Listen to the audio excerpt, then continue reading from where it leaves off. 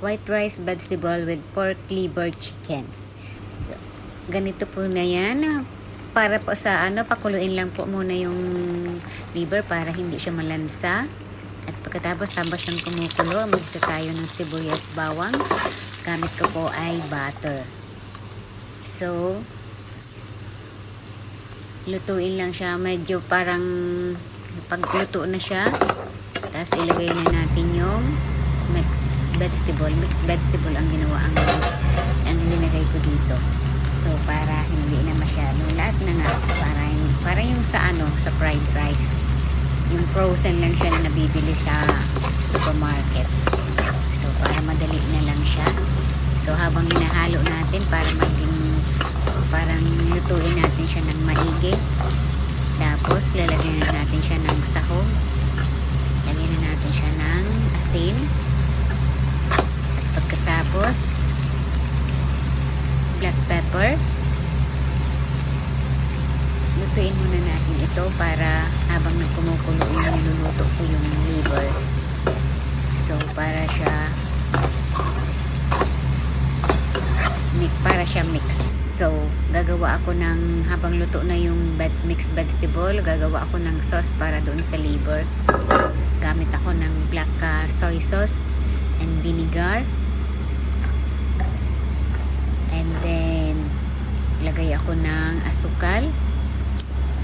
And then, nilagyan ko siya ng ketchup para medyo pumula yung liver. Tapos, ayan, magigisa ako ulit ng butter.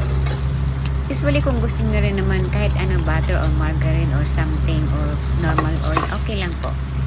And then, kapag tutunawin lang muna natin yung butter para ayan na siya. Mag-isa tayo ulit ng bawang. And then, sibuyas. Ganyan nga, slice lang siya ng maliliit para medyo pang adobo. Ayan, para masarap. Lutuin muna natin yung sibuyas para hindi masyadong ayan na, nilagay ko na yung pinakuluan kong liver para hindi siya malansa. Ayaw ko kasi yung nalalasa ko yung liver, yung lansa niya. So, kaunti lang pa.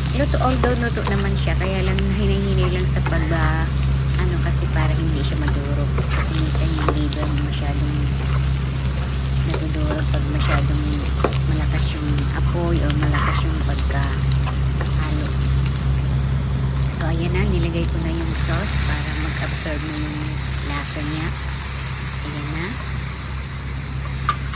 Napapakain kasi ako guys ng ganito, kaya saka ang tagal ko na itong hindi nakakain. So parang gumawa na ako, improvise ko lang tong adobo na to, pero hindi ito yung pinakaluto ko sa Pilipinas kasi wala ako masyadong So ayan na, nagawa ako ng white rice. So ipinatong ko na yung minix ko na yung ginisa kong vegetable kanina.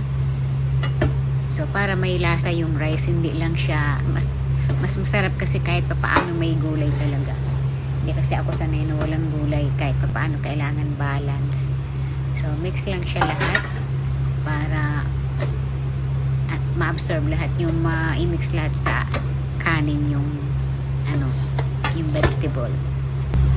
Ayan na siya. Tapos lang siya, i-in lang siya para medyo maluto. Ayan na siya, nilagyan ko na ng asin, kaunting black pepper.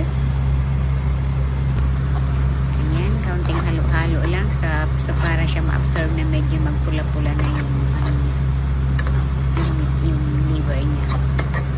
And then, pwede mo rin siyang haluan ng pagkatapos niyan. Alam mo, ganito luto na siya. So, after lang ng ilang minutes, para matuyo-tuyo lang yung sabaw niya. So, naglagay ako, although mas masarap may green chili na small chili na green, medyo maanghang. Gusto ko maanghang. Tapos naglagay ako ng kaunting green onions para medyo malasa. Pero usually ilalagay mo yung green onions pag talagang luto na talaga siya. So ayan na. So nag-ano na yung tubig niya, parang medyo ayan na siya. So luto na siya. Tapos, yan na. Yan na ang ulam ko for today. Thank you for watching.